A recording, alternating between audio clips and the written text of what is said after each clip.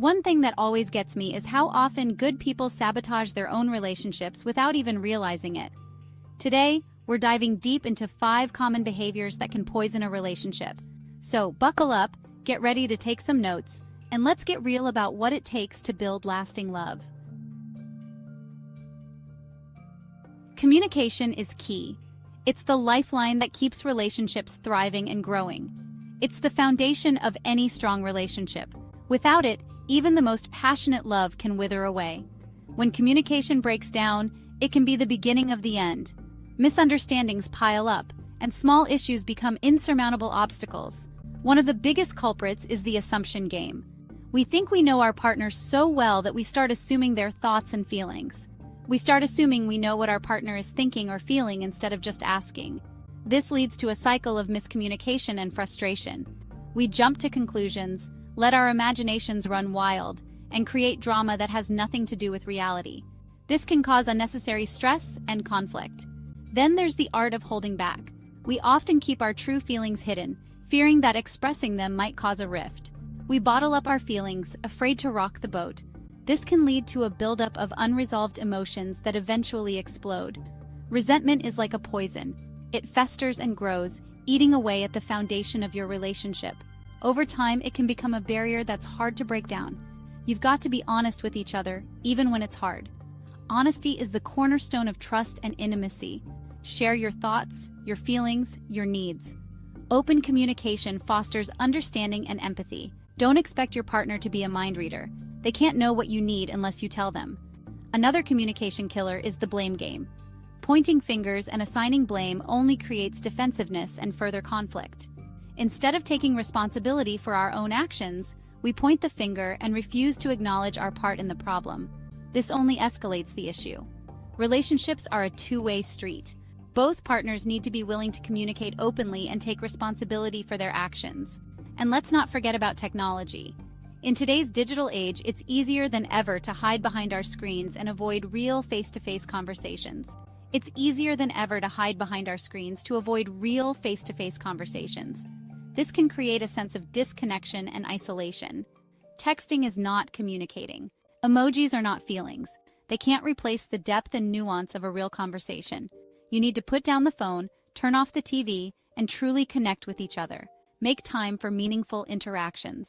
Look each other in the eye, listen to what the other person has to say, and really be present in the moment. This creates a deeper connection. Communication is not just about talking, it's about listening. Truly listening to your partner shows that you value and respect them. Really listening without interrupting, without judgment, this fosters a safe space for open dialogue. So how do you fix it? Start by making time for each other, even if it's just for 15 minutes a day. Consistent, quality time can make a big difference. When you communicate effectively, you build trust, you deepen your connection, and you create a stronger, healthier relationship. It's the key to lasting happiness. When you first get together with someone, it's all fireworks and butterflies. The excitement is palpable, and every moment feels magical. But as time goes on, that spark can start to fade. The once thrilling conversations can turn into awkward silences, and the excitement can give way to routine. We get comfortable, we let our guard down, and before we know it, we're taking each other for granted. Small annoyances can turn into big arguments, and the connection starts to fray. This isn't about grand gestures or expensive gifts. It's about the little things that show you care. It's about the little things, the everyday moments that build a strong foundation. Saying thank you for the everyday things your partner does, acknowledging their efforts, making them feel appreciated. These small acts of kindness can make a big difference. One of the biggest mistakes I see couples make is letting go of the rituals of romance. They stop planning special dates, they stop dressing up for each other, and they stop making an effort to keep the romance alive. They stop dating each other, they stop making an effort with their appearance, they stop putting in the work. The relationship becomes stagnant. Relationships are like gardens. You have to tend to them if you want them to grow. Just like plants need water and sunlight, relationships need attention and care. Another form of taking each other for granted is neglecting your own needs. When you don't take care of yourself, it affects your relationship. You pour all your energy into your partner, your kids, your job, and you forget to take care of yourself.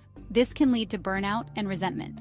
You become resentful, exhausted, and burnt out. This not only affects your well-being but also the health of your relationship. The truth is, you can't truly love someone else if you don't love yourself first. Self-care is not a luxury, it's a necessity.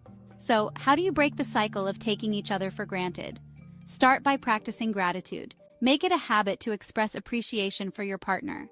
Every day, make a point of noticing and appreciating the things your partner does, big or small. These moments of recognition can strengthen your bond. And don't forget to make time for each other. Schedule regular date nights. Engage in activities you both enjoy, and keep the romance alive. Taking care of yourself is not selfish, it's essential. When you prioritize your well-being, you bring your best self to the relationship. When you're feeling good about yourself, it shows in your relationship. A healthy relationship starts with two healthy individuals. A little jealousy in a relationship is normal, but when jealousy becomes a constant, all-consuming force, it can be incredibly destructive. Jealousy often stems from our own insecurities. We project our own fears and doubts onto our partners, turning them into the bad guy. We start snooping through their phones, checking their emails, and interrogating them about their every move. We become controlling, possessive, and suffocating. The truth is, jealousy is a self-fulfilling prophecy. The more you act on your jealousy, the more you push your partner away. They start to feel suffocated, controlled, and untrusted, and that can lead to resentment, anger, and eventually, the demise of the relationship. Insecurity is a close cousin of jealousy. It's that nagging voice inside your head that tells you you're not good enough. True confidence comes from within. You can't rely on someone else to make you feel good about yourself. So how do you tackle jealousy and insecurity? Start by acknowledging your triggers. Communication is key here. Talk to your partner about your feelings. Focus on building yourself up, on developing your self-confidence. Conflict is a natural part of any relationship. It's how you handle conflict that determines the health of your relationship. I'm talking about healthy, productive disagreements. One of the biggest mistakes couples make is avoiding conflict altogether.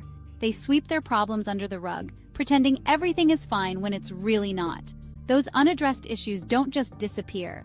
They fester and grow, turning into resentment, bitterness, and anger. Another common avoidance tactic is passive aggression. Instead of directly addressing the issue, we make snide comments, give the silent treatment, or find other ways to indirectly express our displeasure. Passive aggression is like trying to put out a fire with gasoline. So, how do you handle conflict constructively? First and foremost, choose your battles wisely. Not every disagreement is worth having. But when you do need to address an issue, do it in a calm, respectful manner. Avoid blaming or accusing language, and focus on expressing your own feelings and needs.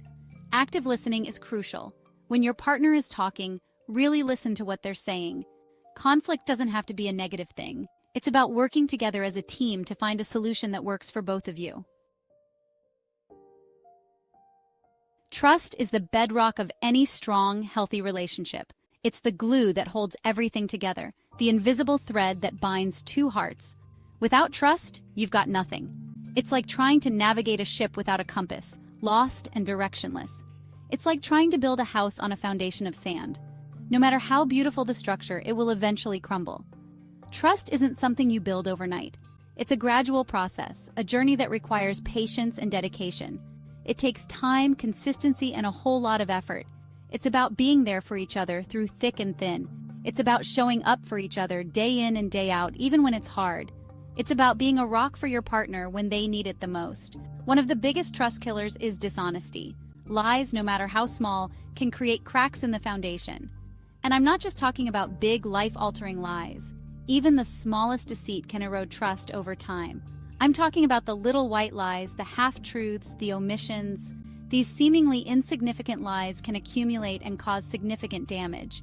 Every time you lie, even if it's a seemingly harmless lie, you chip away at the foundation of trust. It's like adding a crack to a wall. Eventually, it will break. Another trust buster is infidelity. Betrayal in any form can be devastating. Emotional infidelity can be just as damaging. It's not just about physical betrayal. Emotional connections with someone else can hurt just as much. It's about crossing boundaries, sharing intimate details of your life with someone who isn't your partner. This can create a rift that is hard to mend. And then there's the issue of broken promises. When you break a promise, you break a piece of the trust you've built. When you make a promise to your partner, you're making a commitment. It's a pledge of your word and your intentions. And when you break that promise, you break that trust. It's a breach that can be hard to repair. So, how do you build trust? Start with honesty. Be open and transparent with your partner. Be truthful with each other, even when it's difficult. Honesty is the cornerstone of trust. Be accountable for your actions, own up to your mistakes, and be willing to make amends. Be reliable. Show your partner that they can count on you. Keep your promises, follow through on your commitments. Consistency is key in building trust.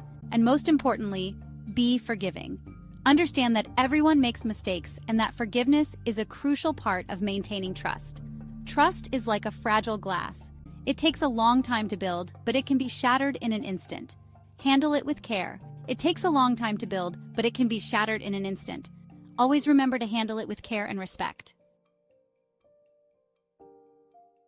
So there you have it, folks. 5 common behaviors that can sabotage even the strongest relationships.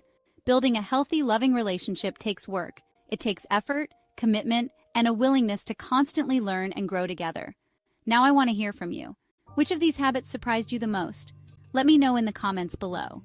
And if you're ready to take the next step in strengthening your relationship, be sure to check out my next video, where I'll be sharing my top tips for building a love that lasts.